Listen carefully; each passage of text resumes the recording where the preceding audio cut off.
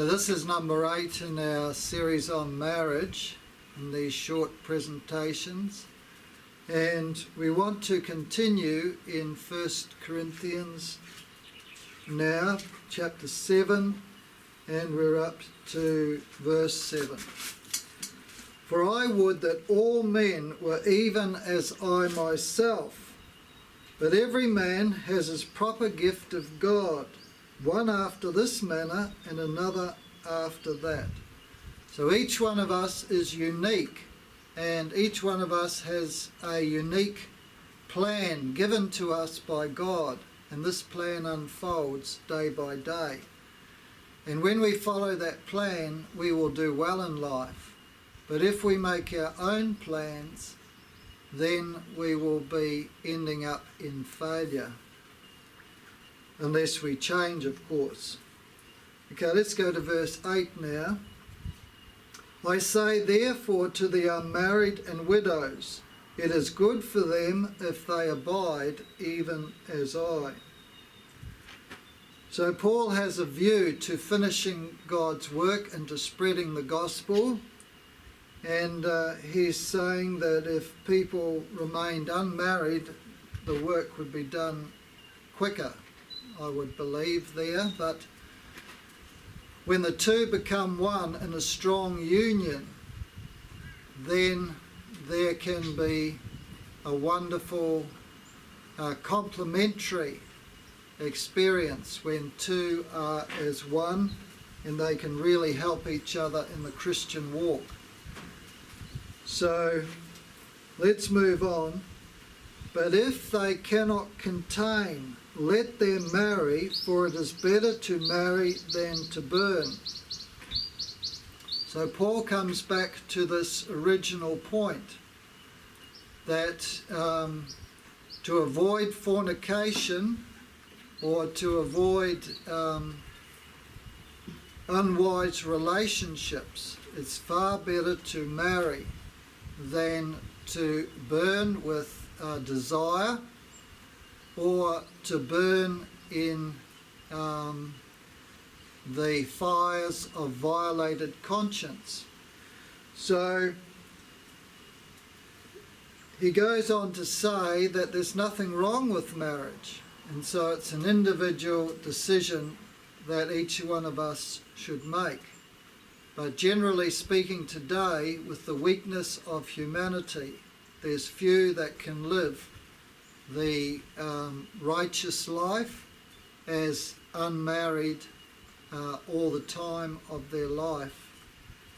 But they are there, those people are there, and they are blessed too if they can do that in a greater way than those who get married, according to Paul. And unto the married I command, yet not I but the Lord, let not the wife depart from her husband. So if we do get married, the wife should not depart from her husband. And then he goes on to say, and if she depart, let her remain unmarried, or be reconciled to her husband, and let not the husband put away his wife. So neither of them should depart from each other once that marriage relationship is made. What God has joined together, let it remain like that until death do them part. And this is practical once again, because there's stresses and strains which take place in marriage relationships, and people are tempted to leave the marriage, to give up on the partner, to give up getting what they wanted out of that marriage that they're not getting. And often this is unreasonable. Their expectation is often unreasonable. But they want to break that bond. They want to break that marriage for their personal needs and desires. And on either of their cases, this should not be. This shouldn't be that they depart for the wrong reasons. There's sometimes in a marriage where there is physical abuse in particular, the wife in particular is more likely to be the wife, is under threat. Her life is under threat. Her well-being is being compromised by an overbearing husband. But it can also work the other way too. A man can be persecuted by his wife as well. But generally it's the wife, because the man is physically stronger, it's the wife who is more at risk. And so there's some times when a woman should leave for her own safety a marriage that is abusive and destructive to her, and usually to the children as well, which they have borne together. But Paul is saying here,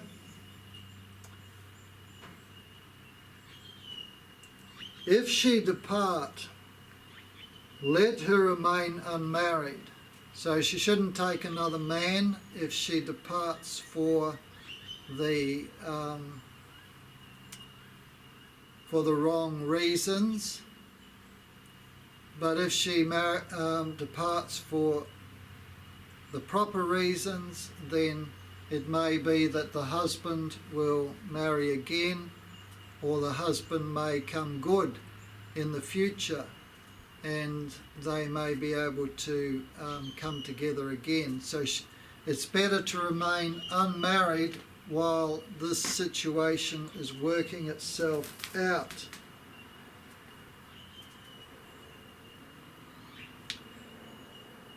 So let her remain unmarried or be reconciled to her husband, and let not the husband put away his wife. So let the situation work itself out is what is there as I read it. Verse 12, but to the rest speak I, not the Lord. If any brother has a wife that believes not, and she be pleased to dwell with him, let him not put her away. So this can often happen when both are unbelievers, and then they become believers together. And or one person becomes a believer, I should say, and the other one doesn't. Yeah, that's what I mean to say. So sometimes they're both believers also, and then one of them falls away. And this happens in life too, and then when one person falls away, it often puts a lot of strain on the marriage. And when that happens, and she is pleased to dwell with him, let him not put her away. So I notice there's quite a few marriages where people work this out, where they have a period of time where one is a believer and the other one isn't. And often the one who is a believer can win the one who isn't. And that takes time normally. And we'll see that this point is brought out as we go along. Verse 13, and the woman which has a husband that believes not, and if he be pleased to dwell with her, let her not leave him. So once again, this is the same principle being brought out, where the believing person can win the unbelieving person. And it goes on to say this now. Verse 14. For the unbelieving husband is sanctified by the wife, and the unbelieving wife is sanctified by the husband. Else were your children unclean, but now are they holy. So the believing wife or the believing husband can have a big influence on the children, which may win them to the kingdom. And angels will particularly work upon those children. The Holy Spirit will particularly work upon those children when one of them is a believer. So we'll stop there. Thank you.